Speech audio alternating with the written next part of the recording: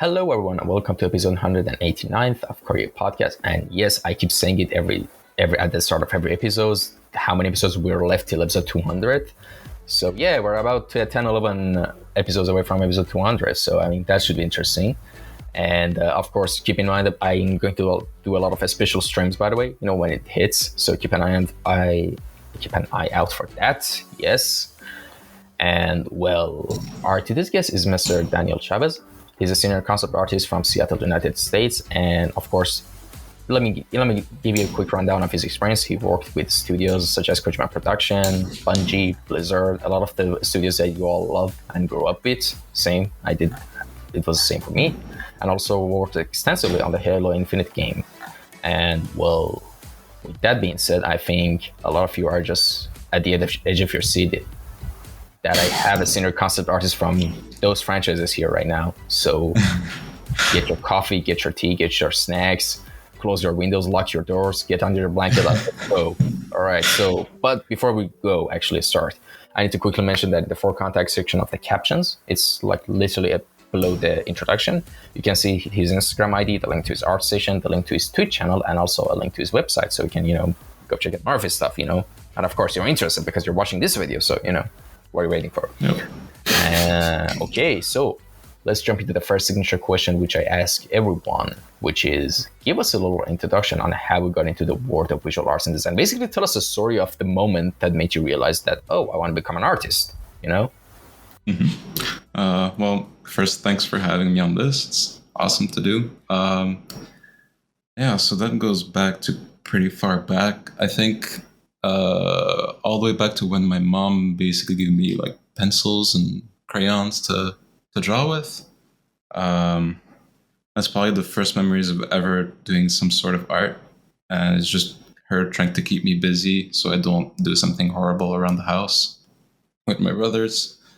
So that was kind of like my first instinct into being like enjoying making art, I'd say. And then over the years, my older brothers got into video games. Since I was the youngest one, I could not play them. So the only things that I had left was looking at the little booklets that came with at the time, console games. It was the Super Nintendo, and then years later it was the PlayStation 1. It came with little booklets, little art, and little drawings inside of them. And I was fascinated. I was like, man, like people make art for video games, and video games are super cool. And then after that, I got a little bit into comics, slightly into Spawn, but I was too young to be able to buy them. And my mom, being very protective, didn't want me to read comics about a devil or whatever it was that she thought was offensive. After that, I got into... So I didn't have my own console or PC for a very, very long time because I was fairly poor as a kid. So the only thing that was available for me was basically playing games through video game magazines, just looking at playthroughs and people's like cheat codes and looking at screenshots. That was basically my biggest influence for like being somewhat interested, or at least maintaining my interest into art, is just seeing people making art for games. And then slowly after that, I think I slowly branched off of video games, and I just spent a lot of time outside, just looking at bugs that I would see in nature, birds, small critters that would be around the house. And that really got me to like having more of a, I don't know how to describe it. It's more like a tactile, like more like life experience, interest into things. Just looking at like how things, like whenever I touch stuff, like how does it make me feel, like being cut by grass, or I slowly like got off of game, mostly because I just couldn't play them because my mom wouldn't let us that much. So at some point I just had to find something else to be interested in. And I think I kept drawing things around me as a kid. And that was mostly the biggest thing for me. It was just being interested in stuff around me. That's actually, there's an interesting point in the answer you just gave me. You said that when your mother didn't allow you to play so much video games that you will, of course, would love to play. You started to adapt and do other stuff. Mhm. Let me tell you. By the way, I was not like a bad kid when I was younger, and I wasn't like a brat or a rude kid. But Mhm. the thing was, I was persistent. Like I was actually Mhm. really quite a good kid, but I was persistent, like, and stubborn. Like if I was in your case, I would have just persisted with, and just make it happen. To Yeah. want to play with it. Like I probably wouldn't. Like I would probably get depression. Like not depression like that, but just stay in the zone of like I'm a pretty tunnel vision type of guy, and I know it's not Mhm. always good, of course. But yeah, that's kind of interesting that as at a young age, but that you had that quirk, that personality quirk, and it's always like in like just human psychology and stuff like that. It's just interesting to me, Yeah. and that just adapted like that, and you just I'm gonna go check out other stuff. And of course, when I was a Mhm. kid, I was also like because of video games or cartoons or everything, I would just go interact with like things outside the house as well. Like I would just go pick out flower petals, like of different color flowers, and put them in a jar, and I would see like the color would be different, and I was like, oh, it's a health potion now. Oh, it's legit. And I was like, I'm gonna go sell this to somewhere, like I would Yeah. do stuff like that, and I would just love it. But yeah, that's an Mhm. interesting thing you said. Yeah. And by the way, if anyone's listening, write down below in the comments like what are interesting quirks you had when you were a child, in regards to like just entertaining yourself or not. Mhm. And okay, so do you want to add anything to that?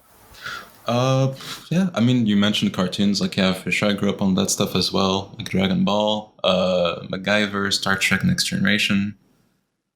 I'm trying to think. Uh, a lot of stuff that I shouldn't have been watching because my older brothers would be watching, and I would be like sneaking behind the couch, or they would let me watch as long as the parents weren't around, type of thing. But I watched a lot of zombie movies, and probably my first like spooky experience was probably Bram Stoker's Dracula as a kid. I probably watched it when I actually saw it in theaters. I was 6 years old, and yeah, that was an experience as a kid. That was the closest thing, I guess, to being on some sort of high because you feel like you're in another world. Like the movie by itself is like it's an amazing movie. Even like I feel like it's one of the few movies that you watch as a kid and as an adult, it's still fairly and like it aged fairly well, I'd say. Um, but yeah, watching that movie as a kid was definitely a trip, and I think it definitely impacted me a lot with my design choices and interests today. I'd say, yeah, All yeah. right, interesting. And all right, so and then probably after that you grew up and in your teenage years you started to develop this passion more. And I'm just Mhm. assuming, by the way, but before I assume more, I want to ask you this: were you Mhm. originally studying art and design, or you were pursuing another career path? Like when it came to like the age of like choosing your major in college, or I don't know if you even went to college or not, but just in general, how has those years, developed for you? And at one time, and because you see, heard these cliche stories of people are like, oh, I tried to go for engineering or computer science, but then I realized, oh, I'm not passionate. Then I changed my course, and it was so cool and inspirational. You hear this stuff, which is great. I'm not making fun, but Mhm. I want to know, how was your story? Oh, well, it's probably fairly similar. I actually started as far as like serious stuff went. My dad was all like my dad has got like a very scientific type of job. He's fixing microprobes and all that stuff for like NASA and companies like that. So he always was like the biggest push for me to go towards the scientific branch. But I think my earliest like career idea was probably architecture, and I did that for well, I kind of tried to study it at a community college for 2 years, and then I just gave up on school completely. And then a year after, I just for 1 year I worked on myself on like my own art skills. There's for lack of a better term, and then I got a job at Bungie. So yeah, And yeah. what year was that? Do you remember? That was in 2010, I think. 2009, Oh, 2010. I interesting. was 22 years old, and I got really lucky. Really, like I just the right people was like were thinking that I was worthy of a job at Bungie, and I applied, and I got through a test, and they liked my stuff, and I got in. So I got lucky. Yeah. All right, interesting. And wow, that's good. That is actually kind of like, makes your head scratch. Like from in a good or bad way? no, definitely not in a bad way.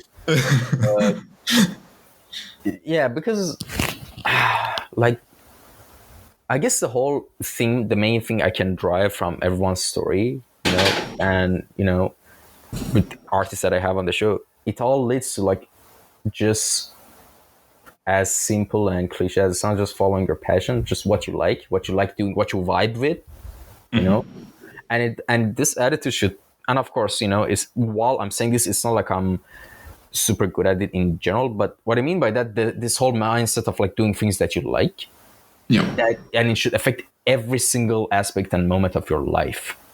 As much as it's possible. I'm talking about that. Of course, I'm following what I love. I'm doing the podcast that I love. I'm trying to develop my skills as a 3D artist to get a job, hopefully someday by next year. I'm doing all the stuff I love, but don't get me wrong. But of course, we grow up, we all have our different pasts or traumas or issues or everything, and dealing with them and overcoming them, and then try to have this mindset of doing things that you love. Like, for example, here's the thing, and sometimes those things that we like, because we're so used to this structured mindsets that's like just are everywhere in the society and just in our environments, we tend to forget to just sometimes do those compulsive, like just cool, like nice things that we want. Like, you know what? The other day, I just had the urge to just go outside. It was like 11:30 or something. I had the urge to go outside and just buy a nice sprinkling lemon drink. I don't know how to call it. It's like carbonated drinks. It's not like soda, but it's like flavored. Like sparkling water? Yeah, kind of like, but it's flavored and it's like really delicious actually. But it's not that like, bad or shitty as like Coca-Cola or Pepsi or something like that. Yeah. And I went to buy a lemon flavor of that, which was one of my favorite flavors, and just go outside and just walk down to a park near my house.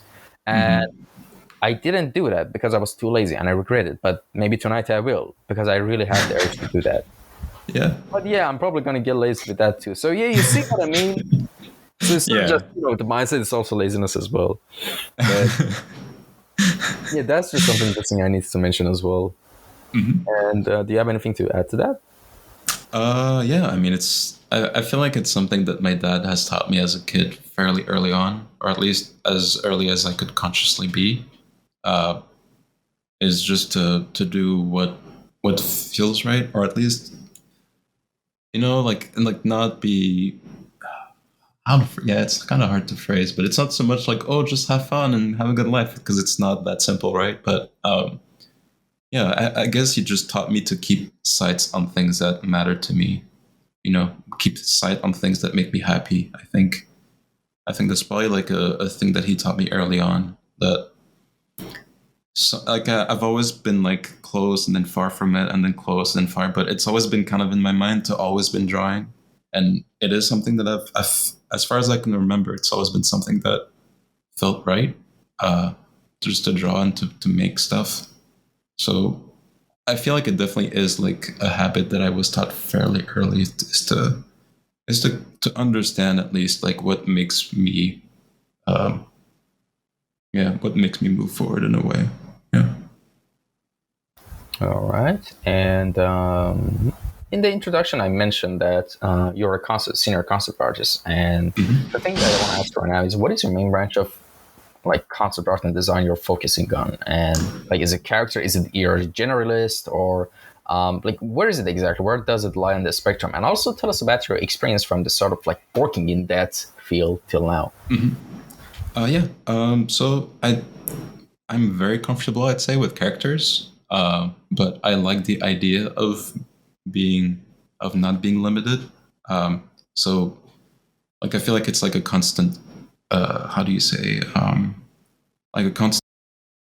Oh, sorry. Excuse me. I think I muted you by accident. No, sorry. You could unmute yourself. By the way, Is this better? No, listen. I kid you not. This is the first time that ever happened by mistake, because I always have this mistake. It's okay. The buttons are so close to each other. Jesus. Yeah. Oh my God. It's all good. All right, You're let's fine. go. So yeah, I was saying. I'm very comfortable with characters. I'd say because it's the one thing that I've been drawing the most. But I would say that I like the idea of being the most proficient in almost anything that I'm being thrown at. So I like the idea of trying to be good at more than one thing. So most jobs, since I left the Bungie the first year, most jobs I've been trying to be just try to be proficient in most things that I was given, like give an in-game model or do textured in-game stuff, to do environments, to do paintovers for marketing images for Blizzard. I remember that was my first task there, actually. uh, yeah, I like to do a bit of everything, I'd say. Yeah, it's hard to, yeah. All right, fair enough. Mm-hmm. And while we're on the subject, I also need to ask you this, which is, all right, let's say it doesn't matter for or characters or environments, just you could give different answers for each, by the way. But the question is, how does your design process usually go anytime you want to start working on a project or a piece or anything? Like, what does the structure of your pipeline look like, usually? Uh, Actually, it changes all the time, so I can't really give you a straight answer. Sometimes it starts with I'll just draw stuff for like an hour, just sketch stuff. Um, Sometimes I'll do some ZBrush quick sculpt or Blender sculpts. Sometimes I paint in color, sometimes I paint in black and white. So it really depends. I think it depends mostly on the task and like if it's clear in my head. If I have no idea what I'm doing, I'll probably sketch first in drawing with just simple lines, just because it's like the most straightforward. Yeah, I think that's probably the most consistent one, is that I would have some sort of base drawing first. And that applies for everything: environments, characters, yeah, props, vehicles, whatever it could be. Really. So, All right, interesting. And by the way, I just had a question. Since you've been like pretty active in the industry, like for a good while, I was wondering, like I've heard this a lot from bunch of people, but I just want to verify it, by you, that the way to get into the industry, like back in the day, like 2000. Oh, it so feels weird to say back in the day, like it's like 200 years ago. Like, I mean, it was 10 years ago. But the thing is, like, let's say a decade ago, like it was easier like to get in the industry as like a more of a generalist. Like if you're good at the yes. techniques and photoshops and everything, you're hired because you have the foundation of like we're good with softwares, and you have a good foundation of your fundamentals are good. And it was way easier to get hired, but now everything's, because of course the entertainment industry is just booming like ridiculously, especially the gaming industry. There's of course it naturally leads to a specialization of roles. And now if you want to get into something, you need at least 2 years of at least, even for junior positions, sometimes 2 years of like game industry experience. You need to do all this work with game engines now, and be able to go with engines or Unity or Unreal or something. And just, it's a lot more specific and technical right now. And it's way hard to get in the industry, right? Like, I wouldn't say hard. Like, if anyone puts the work, they will get their results. And I mean, don't get me wrong, it doesn't matter of how even hard it gets. Like, that's always like something true. But like, let's say, for example, right now, I'm actually like looking forward to and just gearing my whole activities towards like becoming a 3D modeler in terms of like asset design and prop design. So you think for me, who wants to get a job at that, is to just also generalize as well, or just like here's what I'm going to say: what are some of the best tips for like someone who's wants to get into asset and prop modeling and stuff in 3D? Like what should they focus on specifically in that regards as a junior? Yeah. I would say probably, from what I've seen and what I've experienced, I would say someone that can make things look as good from the 3D package as it is in an in-game renderer. So whether it's Blender. Well, Blender does have Eve, which is close to in-game. And actually, Cycle is also pretty good. Cycle is also pretty good on Blender. Yeah. But the thing with Cycle is that it is like ray trace, which is still fairly rare for games. But Cycles will look good for sure. I would say like if you can make a package or your asset look as good from the package as it is in game, like in Unreal or in Unity or any other game engine. I think that's probably like a good start, is to make sure that there is very little difference between the two, right? That and being like understanding the ropes of how engines work, like understanding how some engines have, like, you can be very generous with geo, other engines are, you can be more generous with texture and stuff. So I think just learning the ropes of in-game stuff, I think, would probably get you like a very good leg up, as opposed to someone that just does, cool ZBrush sculpts or cool 3ds Max or Blender renders. I think that's probably a good first step, is to, I think to some extent that could extend to also concept art, right? I would say if you wanna have the same kind of approach, I would say look at what's in game and try to reproduce it. And just the same way I tell concept artists that want to get in the industry, I tell them, listen, just grab, if there's a studio that you like or a game that you like, grab the art book and try to have your work somewhat, try to understand what it takes to do the work that's in there. And if you can reproduce that, I would say that then at least you'll have the skill level. And then after that, it's more like networking, right? It's like knocking on the door of people, sending emails, getting LinkedIn or whatever else, right? But yeah, I would say like just kind of try to mimic or pick up the things that people have done in art books. I'd say is like a good universal approach. Yeah, I mean, you're totally right about the whole, getting to learn the engines and the tools of the trade. But like the thing is, I mean, sadly for me, because I work on a laptop, which my graphics card is like a GeForce GTX 960M. Like it's pretty not so strong, and it's just that my SSD is like solo. So I just have to at least stick with doing renders and scene buildings in Blender, because it's free, of course. And the thing is actually, what was I going to say? Oh, about the asset, for asset modeling, one of the good things is that's what I heard from people, that it's like, compared to like character, of course, character is like one of the hardest in 3D world to get into. It's super competitive. And of course, it's super specific and just... And exactly, I was lost at work, so I had to like animate myself to show what I mean. And I guess the easiest one is like assets and props, because they're much. You don't really need to. Of course, you need to care about topology, and I mean that's for sure, but not as much as like for assets, because most assets and props are not usually animated and they're just environmental assets or something. So it's much easier to get away with them.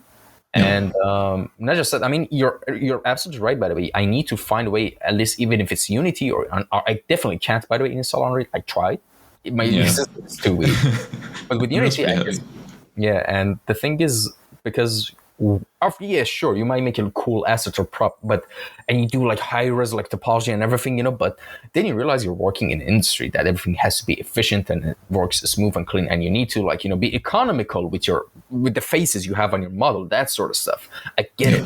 Like sometimes from like a 60,000 like face like poly modeling, maybe you need to turn it to with modifiers and instead to 15,000. You need to do that if you want to work in the industry. That's because how else is like the game engine is going to handle that, or even it's going to be a shippable game. It's like that meme when someone tries to fix like a boat or something and like a water leaking, and you fix that and other side water leaks. It's like, game development is kind of like that. Even in the high stuff. I mean, it's not a secret anymore, but like, oh my God, it was so funny. And Bethesda is, of course, notorious for that stuff. By the way, don't get me wrong, I love Fallout games. My favorite franchise. But the other day, I was just, my friend doesn't have Fallout 4 installed on his system. So I had it installed, and it was my first time playing through it. And it was live streaming it on Discord for him to see, And oh my God, like, literally we were just walking into a parking lot, a car model just started like statically like doing these crazy things, and I was like and then there was another thing just flying past us. It was both fun and crazy as well. So yeah, if you have like, there's so many things with game development. I'm just going into off tracks for that direction, sorry, but my point was, it's also good to experiment in game engines, because in the end game, you need to learn how to like take care of most stuff.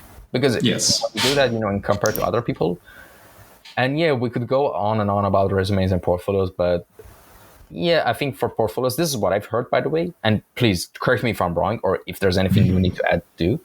What I've heard is you need at most, for example, for my case, what I've heard was you need to at most put 3 to 4 at most pieces on your portfolio.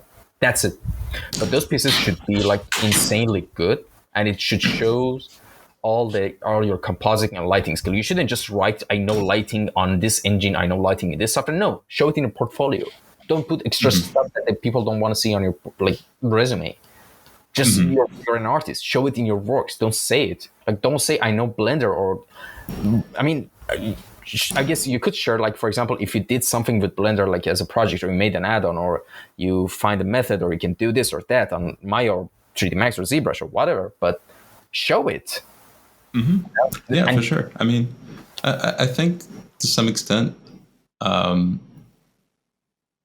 yeah, I totally agree. I was trying to think of another way to say it, but also for concept. But yeah, it's the same thing. Really, I echo the same feeling. Like it's one thing to say it, another to be able to show it and tell, and like have an easy tell. I mean, I guess it's a bit harder if, for example, you're like, you're already working full time and doing freelance, and you have no time for personal work, right? And that it gets a bit more gray in that area, because it depends on what you're willing to show from that's like not public. But yeah, for if you're trying to get into the industry, for sure, like show more than what you can talk about, I guess. And I've been asking this question about portfolio and resume from a lot of artists, but I just want to ask you something. I just, out of everything that everyone said, this is this kind of average answer I come up with. This is, I know probably someone's done this before, but this is my idea for whenever I want to apply to somewhere. This is currently what I initially have in mind, is to make a 2-page document. Of course, the first page on the header is going to be some just very basic minimal info about myself. And the first page is going to be my portfolio, the couple of pieces of renders of me. And of course, in the title header, I write first page portfolio, second page resume.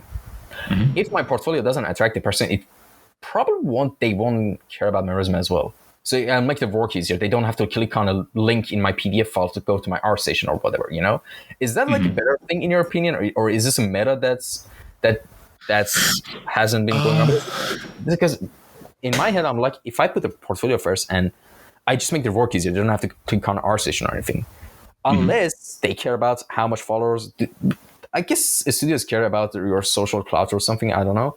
But if that's not the case, which of course they shouldn't, by the way, they're trying to hire an artist, goddamn. And when they see your works, all right, I want to see what's his resume like, or her or their resume is like, And didn't you think it's better, instead of putting a link, just put your portfolio at the first page of the document? Yeah. I mean, it really depends on what kind of format you want to have, right? There are people out there, like recruiters and people that they just want to hire people that have experience from a specific type of project or a specific type of place.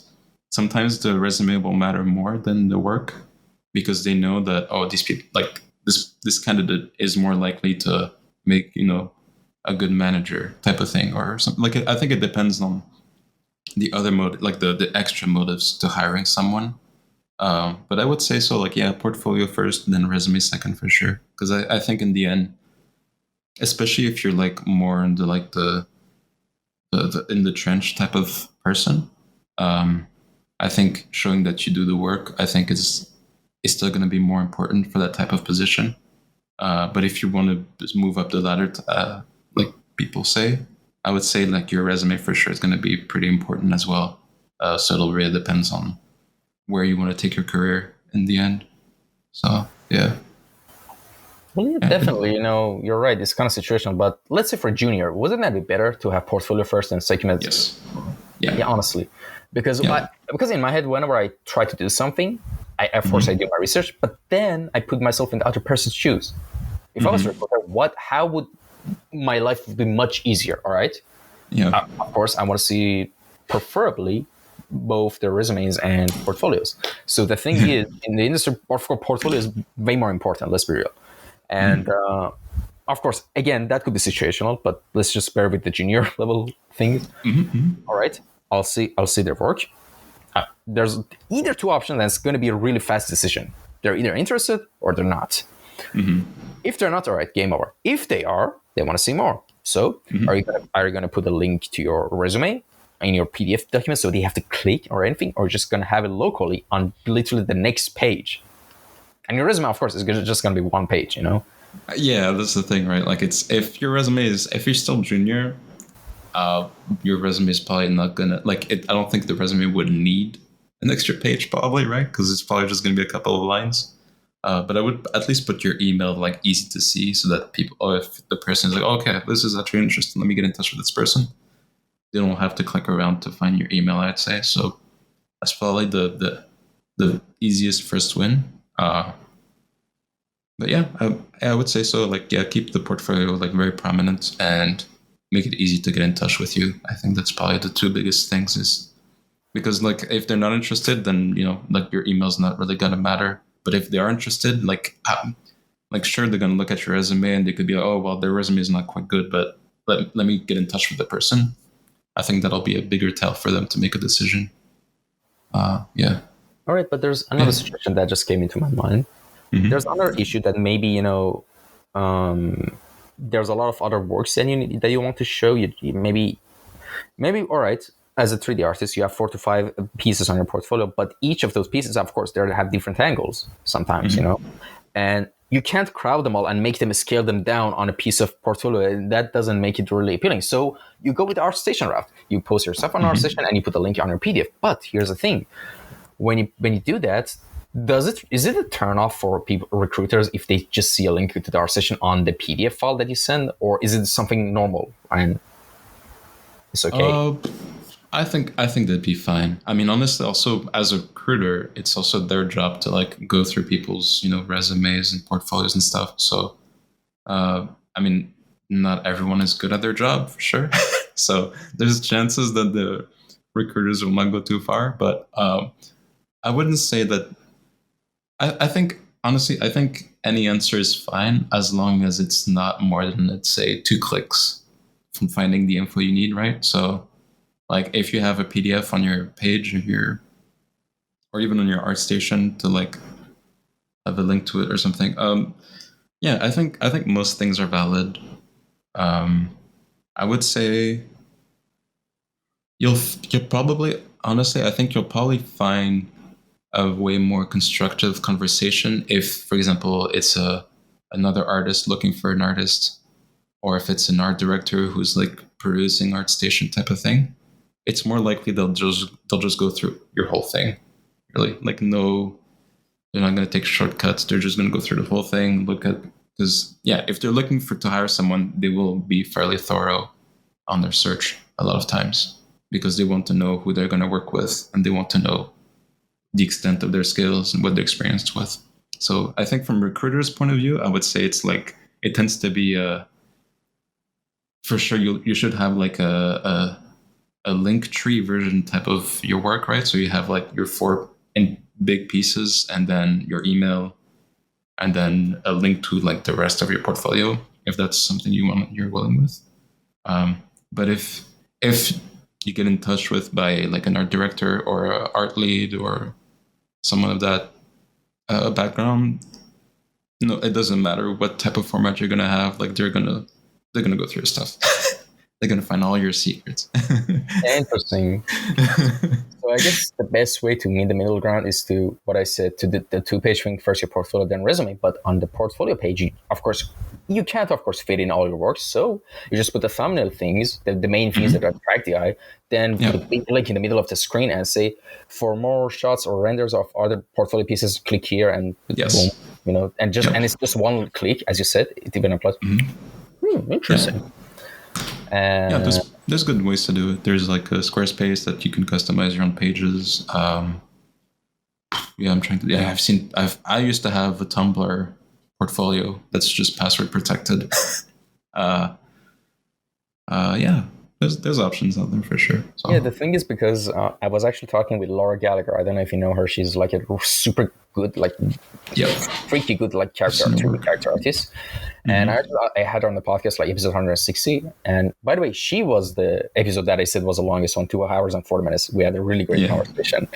Awesome. And she basically told me that yes, you shouldn't like, because you see, like, even with your ArtStation page, you see a lot of like senior artists that put like their sketches, their workflows, and they're established. They don't really care. They can post whatever they want. But for a junior, you can't do that, and most juniors do that mistake, including me. And when basically after what she said, I was like, oh my god, I need to go delete them off my ArtStation. And the thing was, if you don't have ArtStation Prime or not a subscribed member of ArtStation, you can't delete or hide any posts. So in conclusion, my username was taken because I of course made it. I deleted the ArtStation and I made a new one, and my new ArtStation is completely blank and empty. And I'm not going to fill it up anytime soon. And yes, so that was the case because about like the whole portfolio thing and the stuff, you need to of course showcase your stuff, and I don't have anything on my ArtStation. That's why I initially was like, what if I just put them on the document I send them? Yeah, but honestly, I think people tend to, like, as long as it's like an easy access, it doesn't really matter which way it is. If it's a PDF, if it's a blog, if it's ArtStation, if it's your own website, as long as it's an easy, you just click and you see a bunch of images, and another click and you see the about, and then you see an email and stuff. It should be pretty straightforward. So, yeah. All right, awesome. And all right, there's another thing I want to ask you, which is, was the job you had in Bungie your first job you had, your art job, by the way, right? The first paycheck you got out of art was out of Bungie, right? Oh, that's interesting. Because mostly the answers I get is either people are like, oh, I did a logo for my dad's uncle or something, and you're like straight up Bungie. Like, that's impressive, honestly. Yeah, I mean, that's what I meant earlier by I got really lucky, because most people's routes would be like, smaller indie developer, or they would be making mods for a game and then get picked up, or they start from testing, or like QA type of route. I have multiple coworkers who started from QA. So yeah, I got extremely lucky, especially considering that at the time too, it was starting to become really competitive stuff. So yeah, lucky, very lucky. All right, interesting. But I mean, luck doesn't show up to people who don't put the work. So I mean, yeah, sure, you might keep calling yourself lucky, but luck doesn't. Opportunities don't show up to people who don't put in the work. So that's true. Come on, call yourself some slack. All right. So now I want to, talk about some general stuff, we're literally in the general art chat section of the podcast, which we just basically shoot the shit and just talk about anything. And the thing that I want to actually first talk about is about your past experiences. So first, let's start off with Bungie. What IPs you worked on, and how was working at Bungie like? So it was the studio culture. How was everything? Just the whole story. Yeah. So, well, at the time I started, because it was my first job ever, so they got me as a contractor, because they didn't know about my experience and stuff. So they're like, okay, well, I'll get them, maybe not FTE yet. But it was very early in, well, not the earliest on Destiny, but I was fairly early on Destiny, working with Jamie Jones, Dorje Belbrook, later on Isaac Anneford and Glenn Israel and Alex. There's a whole team. Steve John. So yeah, I was in a very small pen with Jamie to my right and Dorje Belbrook to my left. And during that year, it was just like I was on like art high the whole year. Like I would come in at 10 a.m. and leave at 3 a.m. for a whole year almost, and just trying to absorb as much as I could from these two guys, because they're honestly giants of this industry, especially Jamie, who now became like an elusive person a little bit. But yeah, these two guys have helped me so much, whether it's directly or indirectly. They've helped me so much, like learn how to paint and how to like get my foot in the door and understand like working with the team and stuff. Jamie was already on Destiny at the time I think he was there for 2 years already. And Dorje joined him later on. And yeah, it was cool. I mean, I was a contractor, so like obviously I didn't have like it wasn't like a super comfortable spot for me because it was my first job ever as well. So I wasn't really like like I'm junior pay and stuff as well. But yeah, I really liked it. It definitely taught me a lot about work ethics. It taught me a lot about um, understanding the meaning of blue sky for a project and not being basically like not being paralyzed by all the possibilities that you could do for a game or whatever. I think it was also the first time, like, because before that I was still living at my dad's place, just trying to learn how to draw and paint. So that was my first time ever leaving the house, living by myself. I was staying at a friend's place for 6 months until I could find an apartment of my own. So I was living on the couch, type of thing, literally across the street from Bungie. Yeah, it was cool. It was a great learning experience. Yeah, I had a lot of good memories. All right, awesome. And all right, next up, Blizzard. So I've seen some of your works. You've worked on Warlords of Draenor, and but aside from that, like, how was Blizzard like? Like just working at Uh, the studio, the team, the work, the ideas you worked on. Quite a bit of things there. I was on cinematics. Matthias Veresalt got me the job there after Bungie. It was really nice. I was actually like the first time that I was in a. At the time, it was really mastodon in PC gaming, right? It was when WoW was at its peak, type of thing. Um, let me try to. Yeah, I would say it was like it felt like the closest thing to like a family, but also in a giant company, like 1,000 people on the campus in California. It's California, Orange County, so there's no seasons. It's always sunny.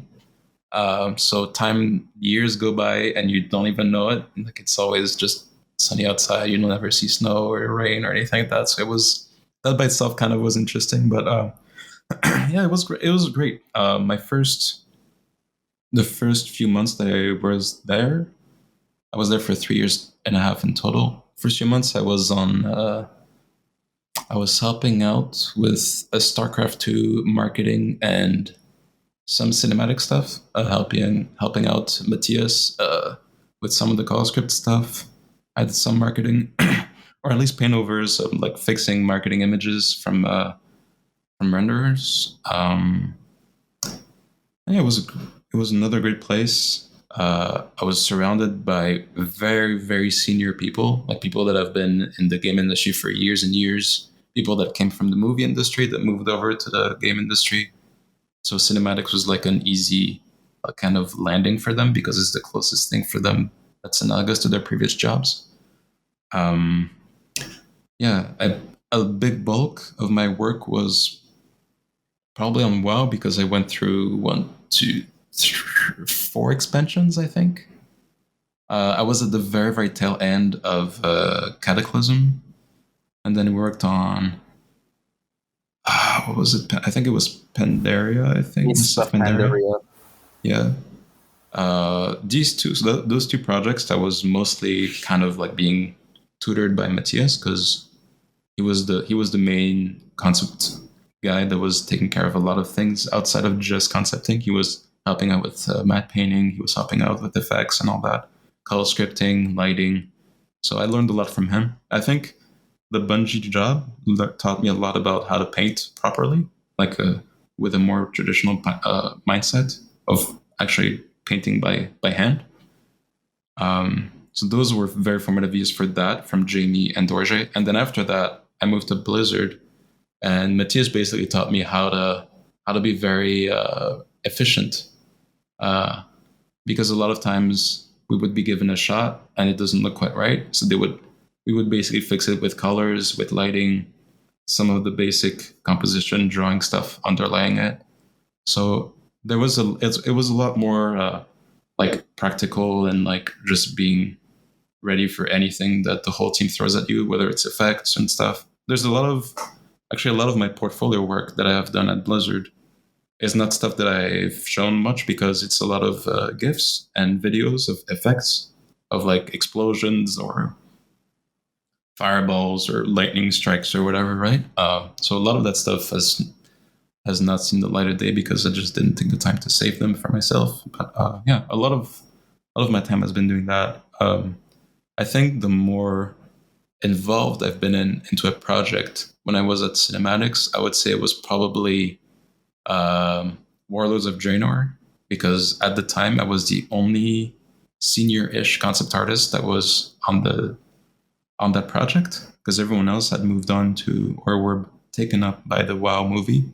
So I was the main guy on the Warlords of Draenor, and I helped out Jason Canning, being our intern at the time, did also a lot of heavy lifting, and I helped him out, giving him feedback so that he could, do things done and all that. So I would say Warlords of Draenor was like probably the most I was involved for like an entire cinematic. I had to do the call script for it. I did a few of the key shots. I did a lot of concepts for like rocks. For like rocks, and yeah, it was a lot of doing a bit of everything. Trying to think. I haven't done any work for Overwatch because I think at the time it was still too early for them to do anything for as far as cinematics goes. It was too early for anything Overwatch related. I'm trying to think. I think there was something that I worked on after Walls of Draenor, but I forgot. It was right before. It was the expansion for Diablo 3. I helped out with a lot of the opening shots of the 2D cinematic, drawings of Diablo, drawings of bridges, there was another cinematic where I had to do a lot of work for special effects stuff for the bubble effect around the Tyrell, I think his name is. It's been a few years already. So yeah, I would say these two projects I was like very involved. I think Matthias was still on it, and there's a few other people I think still on it as well. I forgot who was on it. But anyway, it was the two big projects that I felt like I was actually helping out, because before that I was mostly still kind of learning the ropes. I was still trying to learn who to talk to, what I can and can't work on yet, and stuff like that. So yeah, it was cool. All right. And the next main place actually, the place we're going to talk about is Kojima Production, which is actually the one that I'm kind of excited to ask you about.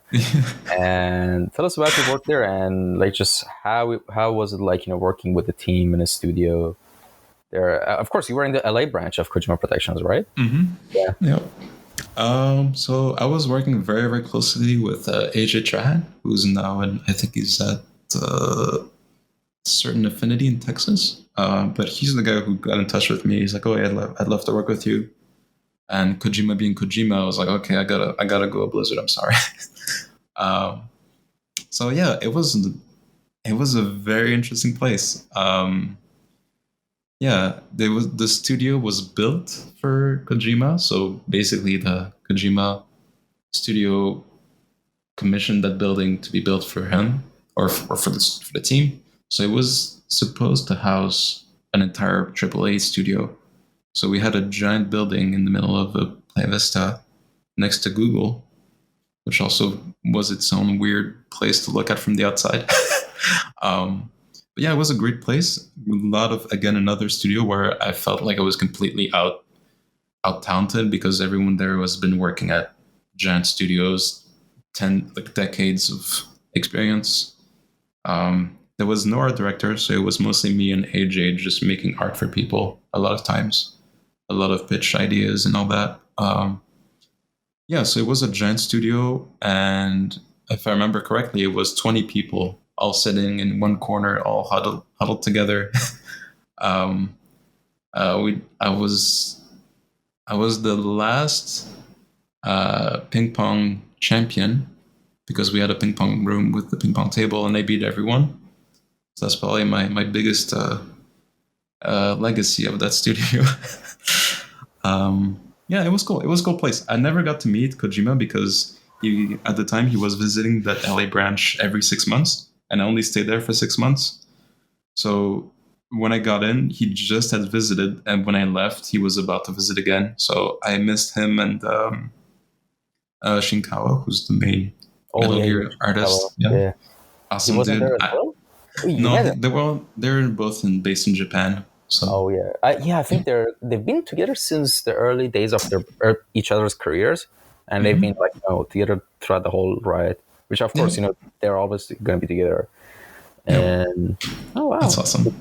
And what IP did you work on? Was it Death Stranding? No, I was just helping out. The whole studio at the time we were just helping out with the multiplayer of Metal Gear 5. Yeah, so we had to.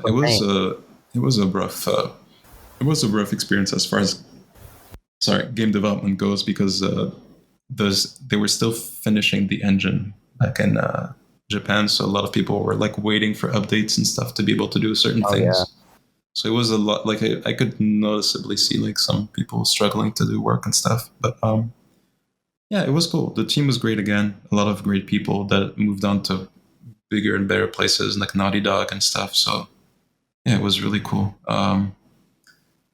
Yeah, and then I wish I'd stayed longer and stuff, but obviously, like, I think everyone knows by now that what happened to the LA studio and just Kojima in general. It's a bit sad, but I moved on to. Could you?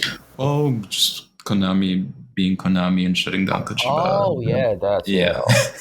I thought it was something else. No, it was just Konami just moving on from games for a little bit, and I think now they're starting to go back into it because they realized that it was just they have a giant audience. But yeah, it was cool still. It was nice to see some people. Yeah, the thing is, they basically ruined the whole legacy of Metal Gear Solid franchise in a sense, and people whenever that happens, like right now, I guess I'm not a Star Wars fan, but a lot of the Star Wars fans been saying that Disney is doing the same with the Star Wars, so they're trying to ignore all the bad cliche money-making parts aside and just leave all the good memories from it, which is understandable. I did the same. I love the Metal Gear franchise myself, and I played Phantom Pain extensively, which was such a fun, such a well masterly crafted, like in terms of just gameplay alone. Let everything aside, which was great as well aside, and and the Konami actually, I think they tried to make a spin-off game of Metal Gear Survival or something. It was they made a pachinko game out of Metal Gear Solid 2. What the hell, man? And but the interesting thing for Phantom Pain was when Kojima, of course, Kojima had a lot of backlash about why the character Quiet is like so revealing, and it was like the next title, his response, I remember it was in 2015, was like, "You're going to be ashamed when I tell you what." And it was like, because she needs to expose her skin to get as much, sun or something. It's clever, but I appreciate the fan service, but just be real and just say, hey, I just like to have like a hot girl in a bikini with a sniper rifle. Basically. But I understand that you can't really be that honest with today's media. Everyone takes you out of context and tears you apart like a pack of hyenas. So you gotta answer like that. So yeah. And honestly, I'm gonna be honest. I'm not a person that gets nervous around people. I used to be when I was a kid, but I'm the type of person that can spark up a conversation with basically anybody. But there's just a certain couple of celebrities and people that I might get nervous around, and one of them is actually Kojima. Yeah, I don't know. It's because I'm a geek and fanboy of the guy since I was a kid, and in terms of game designer and everything, I would just fucking freak out and just go silent and just move away. Yeah, probably. Yeah, I probably would have been the same if he had visited when I was there. Because I went to a concert, and I remember kind of the same analogy in a way. I went to a concert, and there was a band opening for the band that I really like, and what's a band? The band played they do electronic music. One of the bandmates actually went in the crowd just to appreciate the openers for them, and he was like basically standing right next to me, and I was frozen the whole time. I just didn't know what to do. I just stood there like looking at him like, oh my god. So I probably would have been I would have been the same with Kojima, and even more so with Shinkawa, But yeah. Yeah, I'm just gonna close my window because my neighbors keep having fights recently. Oh, Sorry. I hope it doesn't get on the background because my new microphone is super sensitive, so it might actually get. mhm. Not worried about that, but yeah. No So yeah, worries. that's interesting, and of course, last but not least, Halo Infinite. And you've been working quite a lot on the Halo franchise. So tell us about the experience of that. Yeah. So I actually had like a glimpse of it right before I left the Bungie, or I moved on from Bungie, or whichever one to phrase it. I would helped out a little bit with DLC on Halo Reach, so that was my first like kind of the first foray into Halo. So yeah, after I left, then I went back on 343, and it was at the tail end of Halo 5. A lot of the work had already been done by previous concept artists and the previous concept team, I would say. And it's like a mix, like half of it left and the other half kind of stayed. Um, so yeah, I worked on Halo Infinite since the very, very beginning. And it was quite the ride. It was, yeah, it was a total of 7.5 years on just Halo. Um, yeah, it was interesting. I'm trying to think of a good way to start it, but yeah, started early with Sparth, Darren Bacon, and the whole concept team. Just too many. Like at some point, we were 12 people, just concept artists. It's a lot of people to name, and probably most of them are still around as well. So yeah, it was interesting. It was cool. A lot of things have changed, and things got better, and things got worse. Um, but yeah, I'm trying to, yeah. Oh, sorry.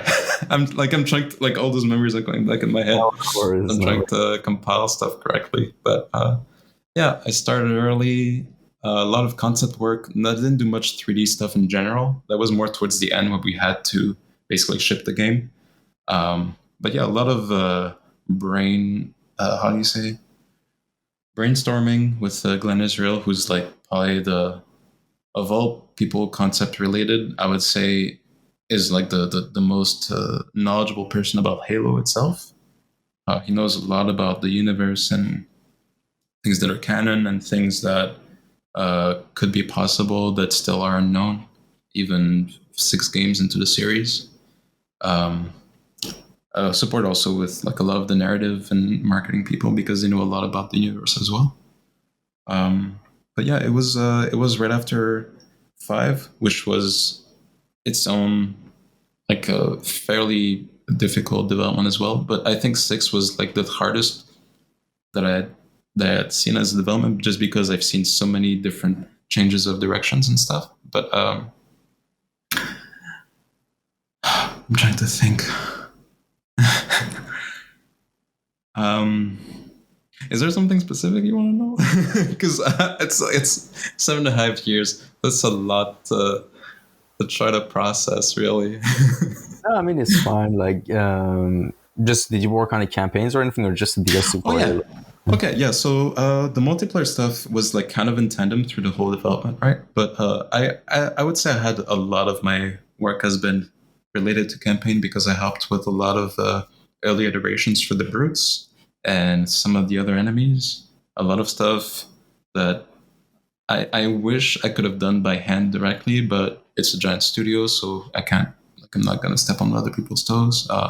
But I think in the end, the game in the end, I think was fairly well received. So I'm pretty happy that people really enjoyed the campaign and had a good time with it. I helped out with a lot of the weapon stuff too. Um, did a few basic models to give to modelers and painting on top of what they've given me back. Um, a lot of work with some work with effects people because there is a lot of things that looks good on concept, but then when you put it in game, it doesn't translate too well because of engine limitations, right? Like a lot of still today, I would say a lot of engines struggle with transparencies and like the layering of transparencies, right? Um, so a lot of that stuff had to be like nailed down fairly early, where we kind of knew what we could and couldn't do. We tried to, I think a big, I'd say a big philosophy thing that we followed through the whole development was to try to bring back the classic Halo look without looking outdated, which I think was a hard, initially at least, it was kind of hard to hit, because first off, the competition was amazing. We had Witcher 3 came out in the middle of our development, so that was like already a pretty high bar of like the standards of AAA games. They were starting to show, I think, towards the end, Cyberpunk.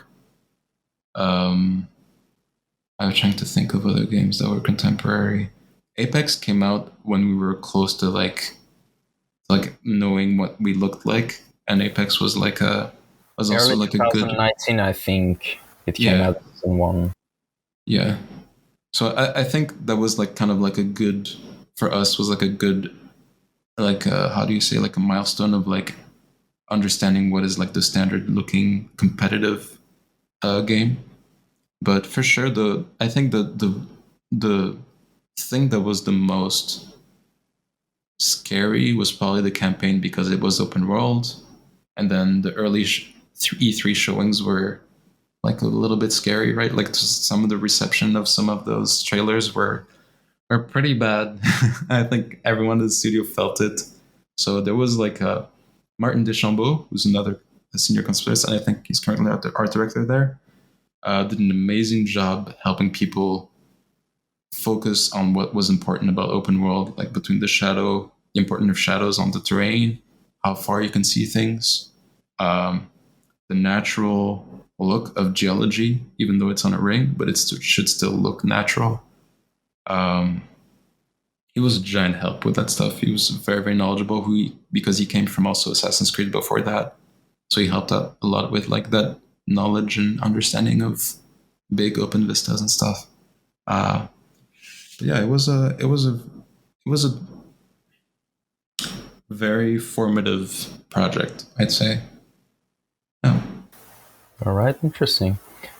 And well, there's another subject that we also discussed before we started recording, was the whole concept of working remote versus like working inside. And based on your experience, because of course you had a lot of experience, as we talked for the past 20 minutes, of working inside like major studios. That aside, also versus working remotely, what are the pros and cons for each? And what compromise do you think should be there? Like, what lessons could be learned from both sides? I would say I can start with studio, since it was like it's still today kind of like a standard, because a lot of studios still do ask people to come back in. The pros of studios, I would say, is the proximity. Like, I can just get off my desk, go walk up to a person that I know I'm going to work with. I just tell them like, hey, what do you need? Here's an image. What if you click on this and this, and then you can fix the thing? Like, I think that proximity and that ease of working together, I think it's hard to beat when you need to get stuff done, I would say. Also morale, just seeing people around you that are working. When I was in studios, I love to like just stand up and just walk around the concept like team and just like peek into what people are working on. To me, it's such that's what it's all about. Like, especially working in a studio or in a big team, is that you get to see what people are doing. You get to learn from them. Yeah, I think that's like the two biggest thing I would say, is like just the proximity and just the morale are the two, I would say, big advantage that are hard to replicate on work from home type of studio setting. The cons, I would say, is, well, you have to be at the office. And if you have like family, if you have a pet, if you have personal things you need to attend, you just can't do it. Like, you have to wait until you're back home until you do it. And I think that by itself I feel like it can suck out the life of a lot of people. And I think I've seen a lot of people burnt out because of that. People that completely just retired from the game industry, or people that just feel uninspired. They feel like, yeah, they're done. Like that inside flame, got shut down, because it's mentally very taxing to go in a studio and be away from the things that you're slowly building for yourself, right? Like your your house or your apartment, your family. You don't get to see them as much. I've seen people get divorced from overworking and doing overtime and stuff. So it's definitely something that I know a lot of people don't miss, is that part of being in a studio where you miss, basically you're missing life. Um, yeah. Another big disadvantage, especially nowadays in 2022, is the gas prices. That a lot of people, probably, especially people in very busy places, there's no way that LA they would traffic spend. jam. Who doesn't love Yeah, a nice traffic jam? yeah, and it's just a money sink just to have to pay for gas just to go to a place that you could do the work from home. Like, there's no reason for you to be in the studio A monthly specifically. meeting should be fine, but every day, Yeah, yeah, I could see where that becomes a pain in hmm, the ass. But yeah, yeah. So I think these two things are, especially today, are pretty rough on people, and it definitely warrants working from home for at least a little bit. But now working from home, the big advantage is, it kind of goes in tandem with the cons from work from studios. You get to see people. You get to have your own schedule to some extent. Um, you get to, I can stand up and go pet my cat, or I can go grab a snack that I actually enjoy eating. I can go for a walk, go grab a coffee just to change my mind so that I don't feel like I'm overworked, you know? Uh, I feel like having my own schedule and having my own pace is such a good mental boost, I'd say, because I feel like in studio it's like a double-edged sword, right? Like, it's nice to be in the studio because it's a place away from home, so you don't have any distractions. And on top of that, everyone else around you is going to be working, so you'll want to fit in and you'll want to work as well, or at least just as hard as everyone else.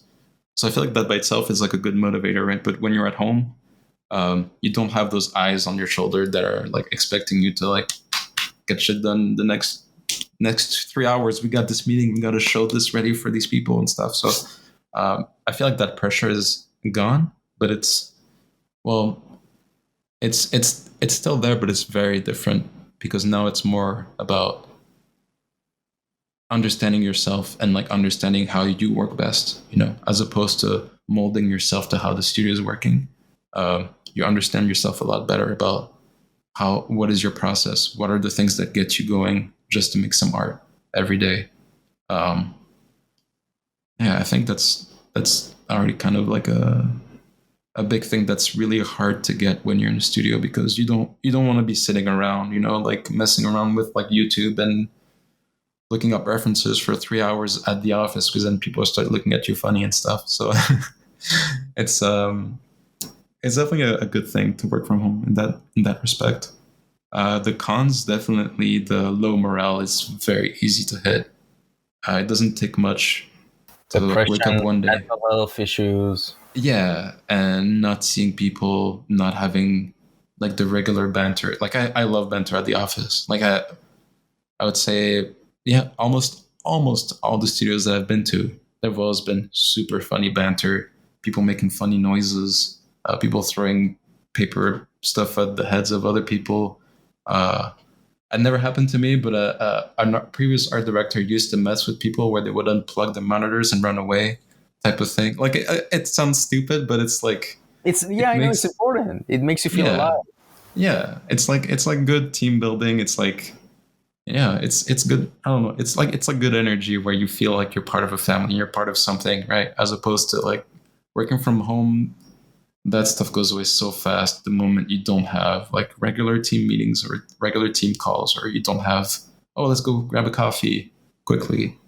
Especially if people are like in a different country, in a completely different state or different continent in that times too. So I would say it's definitely like a thing that I do hope.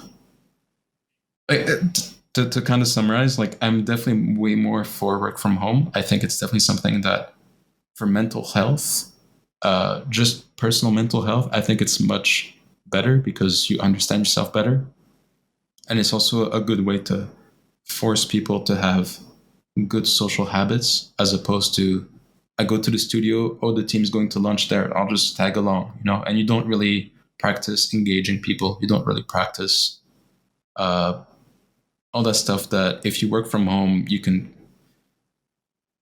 have to do it, because if you don't do it, I think you can slowly go crazy. Being locked up in your room or in your studio, just working all day, and then you come out and it's dark, and you message people online, everyone's asleep or eating dinner, and then you don't have any social interactions. And to, humans are social beings. Like, we came to this point, in humanity, where the only way we could get to this is by being social, interacting and sharing art and talking. And I think isolation is good, but in very, very small pockets that you have good control over. If you set yourself like, okay, for the next 4 hours, I'm going to get this art piece done. If you can do that, and then you have strong discipline when you force yourself, okay, my piece is done, 4 hours are done. I'm going to go for a coffee. I'm going to call this person, text them. I'm going to strike a conversation with a random person at the coffee place. Whatever it is that gets you some sort of social interaction. I think it's, in the long run, working from home will give you that, and will give you also just better mental health in general. Yeah. Interesting. I guess like the compromise you can, I guess, settle down with is just playing online games with your colleagues or teammates. Yeah. Mm-hmm. But that gets boring after a while, trust me. And yes. for how many times we're going to play Valheim or Among Us or I don't know, Fall Guys, and after a while it gets a bit stale, Mm-hmm. I agree. Yeah. I think before the pandemic thing happened, like, we used like the 343 concept team move and go karting, like, I think once every 3 months or something. It was awesome. Like, it was sunny out, everyone would put on helmets, and we'd just try to outrace each other and stuff. Or paintball, I guess. Paintball also, yeah. Honestly, there's playing. We used to play foosball every break, every coffee break, every day. We'd have the bad movie night that the concept team would have. We'd go to the beach sometimes. So yeah, I think there's plenty of things that I think we can do in a work from home setting, but it's just hard to get the habits going because of various degrees of quarantines. But yeah. I'm hopeful that more studios at least adopt. I think ideally studios should have some sort of hybrid, or at least be open to people being strictly work from home. Other people, like, I would probably come into the office once a week, because I like to see the team. I like to see people. I like to see what they're working on, maybe if they're working at the studio. But I also like my own quiet time where I can just focus and, like, okay, I need to think of this design and figure it out. So I think some sort of balance should be good. If someone needs the office because they don't have a studio at home and they just can't afford it, I think in that case it warrants, okay, I'll be working at the office full time. But I hope that more studios at least are open to whatever setting their employees want to adopt. All right. And well, here's an interesting question. Who are some of your favorite artists and designers that have inspired you the most? I mean, of course, I know most artists, by the way, are not good with names. That's fine. They're just good visually. But whatever name pops into your mind right now, what are they? Well, you can probably spot some of them in the back here. There's Moebius for sure, was like a big kick in the butt as a kid. I'm trying to think. So yeah, so RoboGabu, who is currently at Bungie, same studio as me currently, was later in my year a big influence for his work ethics. He's been amazing artist, a great person too. Katsuya Terada has always been, I think, very early in my career, was an artist that I've admired, that I've thought was very hard to replicate. I wouldn't go so far as like, oh, he's a Japanese version of Moebius, because they're still very, very different. But I would say they just have as much impact on me. And it's awesome to see also actual pictures of them next to each other too. Moebius, Terada, I'm trying to think. Well, I have to say Jamie Jones, because he was so instrumental in me learning how to be an artist early on in my career. I don't think I would be the person I am today without having been around Jamie, because he's taught me a lot about how to paint. I mean, I still don't know how to paint, but at least he showed me some cool tips. Um, Jamie, Dorja as well. I mean, he was technically my mentor at the time at Bungie.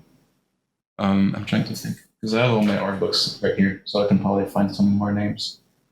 Juan Gimenez, amazing comic artist. Takayuki Tekeya, an amazing sculptor, still today, one of my favorite sculptors. I actually have, if the, if my, one second. Oh, nice. Amazing sculptor who makes awesome kits. Interesting. A traditional sculptor, you can find YouTube videos of his work, and his studio is looking so inspiring, because it's just a giant mess. There's everything. There's like figures, there's materials, there's whatever you want. It just looks like a artist heaven. Raul Lira is a recent big favorite of my art inspirations. There's all the classics. There's Yasushi Nirasawa, who's original, fairly same family of sculptors as Tekeya. All the classics, Otomo, Yoshitaka Amano, John Sigmund Sargent, an old school classical painter that is still ageless, never gets old. Phil Hale was also a big influence when I was younger, trying to understand how to paint. I'm trying to think of more names, but it's kind of hard. Yeah. Going through the list. Yeah, no, there's too many names, but hopefully it's more than a handful that can get people to click around and Google search images and stuff. All right, awesome. And well, aside from all that, what area beside the area you're working on right now, which is of course art and just art and creative fields and visual arts, would you be interested to explore and learn in the future? Like, what I mean by that, is there any aspirations or ambitions or goals you have in life that is art, non-art related? I'm trying to think, really.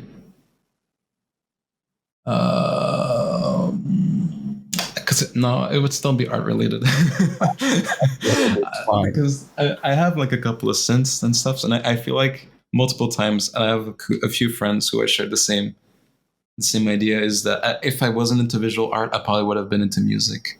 I probably would have been just starting to mess around with synths and virtual machines and all that stuff. So yeah, I can't think of a path, honestly, that would be outside of art stuff.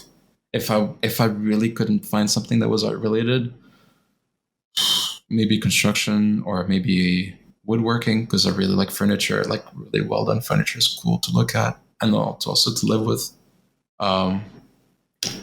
Yeah, I really can't, because to me it's like it's been ingrained in me so early in my life that it's hard for me to picture doing something else out of pleasure, because then from there, like, oh, it's more than a pleasure, it's become a career. Like just like my current career, it started from, I've always thought, until I found conceptart.org in 2005 or 2004, I always thought, oh, people just draw on their free time as a hobby.